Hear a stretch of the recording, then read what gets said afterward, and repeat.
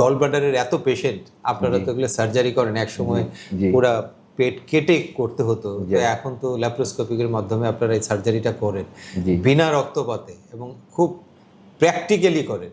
এই বিষয়টা যদি আপনি একটু প্র্যাকটিক্যালি দেখিয়ে আমাদের দর্শকদের জন্য কিছু বলতেন।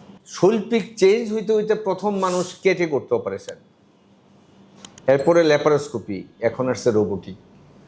সুতরাং আমি ল্যাপারোস্কোপিতে কিভাবে আমি করি, আমার টিম করে আমি দেখতেছি।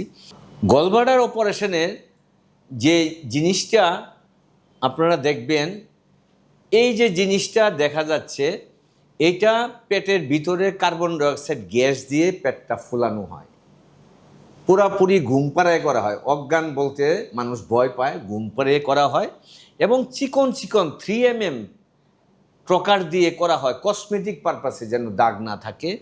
এবং এটা একটা টেলিস্কোপ দেওয়া হয়, পেটের ভিতরে লাইট দেওয়া হয়, গ্যাস দেওয়া হয় এবং ইলেকট্রো সার্জারি, যেটা দিয়ে হিমোস্টেসিস করা হয়, ব্লাডলেস।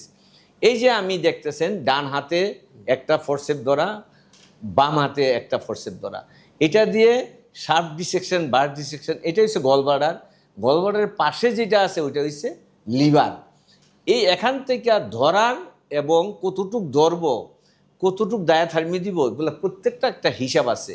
আপনারা দেখেন নিশ্চয়ই এটা ব্লাডলেস অপারেশন, এবং এইটা যেন কোনো রকম গলব্লাডারটা যেন লিক না হয়, স্টোন যেন না পড়ে, কারণ স্টোন পড়লে কমপ্লিকেশন হতে পারে এবং বাইল পড়লে কমপ্লিকেশন হতে পারে।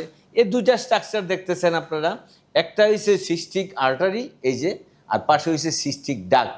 মানে গলব্লাডারটা আইসা কমন বাইল ডাক্টে আইসা মিশছে। এই কমন বাইল ডাক্টটা ইনজুরি হলে লাইফ থ্রেটেনিং।